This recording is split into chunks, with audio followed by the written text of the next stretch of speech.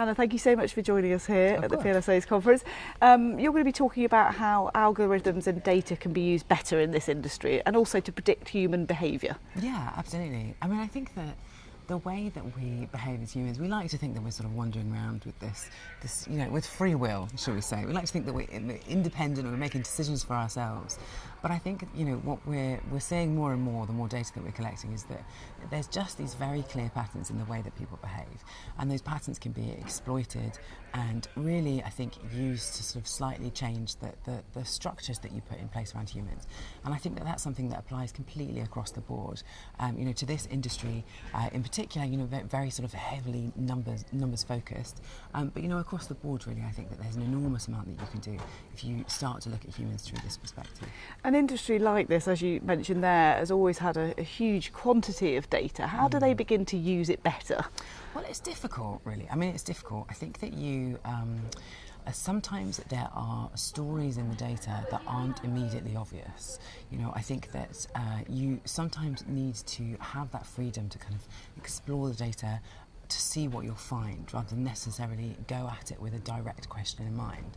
And that's difficult, I think, in terms of, allowing the freedom for research and development in that respect, I think is really important.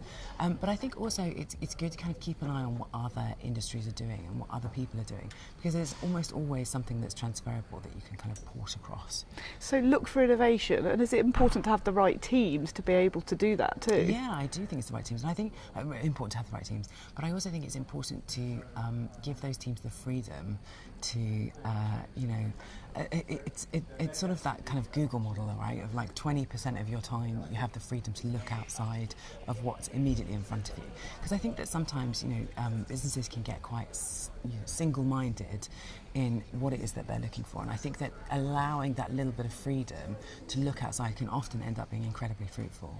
And talking about algorithms, it obviously goes forward into AI and the use of those sort of technologies in this industry too. That's going to be something we see sort of incredibly quickly adopted now too. Yeah, I mean, I really think so. I think there are a few people who are describing AI like the invention of electricity, right? So it's not, you can kind of go and see Nikola Tesla doing a demonstration of it in the Royal Institution. It's like, oh, isn't that wonderful?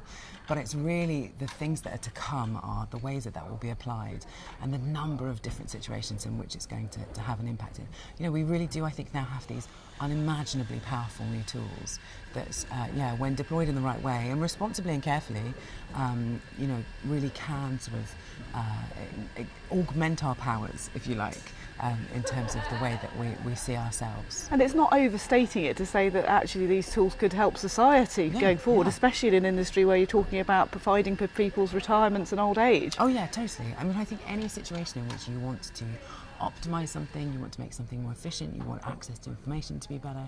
I mean, there's, in these really complicated problems that have traditionally been just too difficult for humans to handle on their own, I mean, I think that there's just an enormous amount that can be done with these new tools. A very exciting time to be a mathematician. Well, I think it's always an exciting time to be a mathematician personally, but maybe now particularly more than most. Thank you so much for sharing your insights. Great to talk to you.